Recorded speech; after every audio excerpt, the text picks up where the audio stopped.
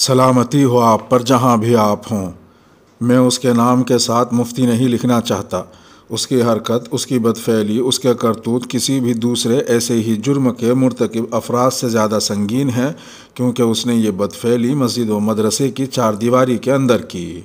اس کا جرم اس لیے بھی بڑا ہے کیونکہ اس کی بدفعلی کا شکار ایک ایسا طالب علم تھا جو اس سے اسلام پڑھنے کے لیے اس کے مدرسے میں آیا تھا۔ اس کا جرم اس لیے بھی دوسروں سے زیادہ سنگین ہے کیونکہ وہ اسلام کی تعلیم دیتا تھا، نمازیوں کو نماز پڑھاتا تھا،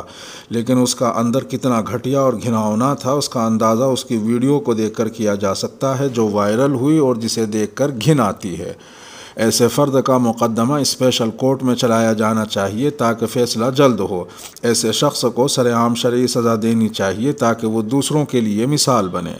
اس کی بدفعلی نے اگر ایک طرف ایک طبقے کو علماء، مفتی حضرات اور مدرسوں کے خلاف پروپیگنڈا کرنے کا موقع دیا اور یہ تاثر دینے کی کوشش کی جیسے ہر مولوی اور ہر مدرسے کا یہی حال ہے، تو دوسری طرف یہی موقع ہے پاکستان کے مدارس کی مختلف تنظیمات اور بڑے بڑے علماء کرام کے لیے کہ وہ اس واقعے کے تناظر میں ایک ایسا میکینزم بنائیں اور ہر ممکن اقدامات کریں کہ مساجد و مدارس میں ایسا کوئی واقعہ دوبارہ رونما نہ ہو اور اسلام کا لبادہ اوڑھے کوئی مجرم، کوئی درندہ کسی معصوم طالب علم سے زیادتی کا مرتکب نہ ہو سکے۔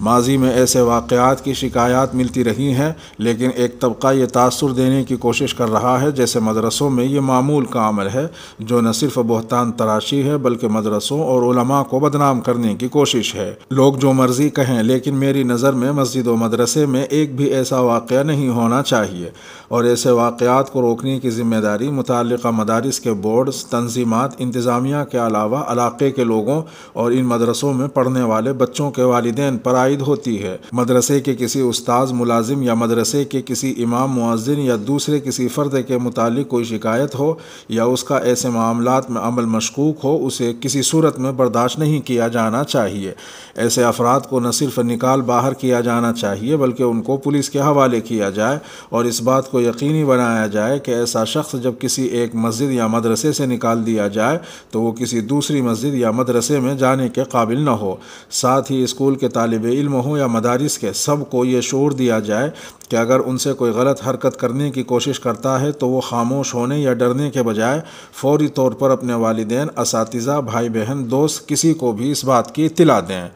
کچھ عرصہ قبل میری ایک نامور عالم دین سے ملاقات ہوئی۔ وہ ایک اہم مدرسہ چلاتے ہیں جس میں دین اور دنیا دونوں کی اعلیٰ لیول تک تعلیم دی جاتی ہے۔ ان کے مدرسے کی بہت اچھی شہرت ہے۔ وہ مجھے بتا رہے تھے کہ چونکہ کمپیوٹر، انٹرنیٹ اور جدید موبائل فون ہر ایک کے لیے معمول بن چکے ہیں، اس لیے انہوں نے اپنے مدرسے میں IT ایکسپرٹس کے ذریعے ایک سسٹم لاگو کیا ہے جس سے یہ معلوم ہو سکتا ہے کہ کون انٹرنیٹ اور سوشل میڈیا کے ذریعے کس قسم کی سائٹ کو وزٹ کرتا ہے، اور اس بارے میں کڑی نگرانی کی جاتی ہے۔ مقصد یہ ہے کہ گندگی اور گندی سوچ کو پیدا کرنے والے ذرائع کو ممکنہ حد تک مدارس میں داخل ہونے سے روکا جا سکے۔ ویسے تو یہ ریاست کی ذمہ داری ہے، لیکن علماء کرام کی بھی یہ ذمہ داری بنتی ہے کہ وہ مساجد و مدارس کے ذریعے معاشرے کی کردار سازی اور تربیت میں اہم کردار ادا کریں۔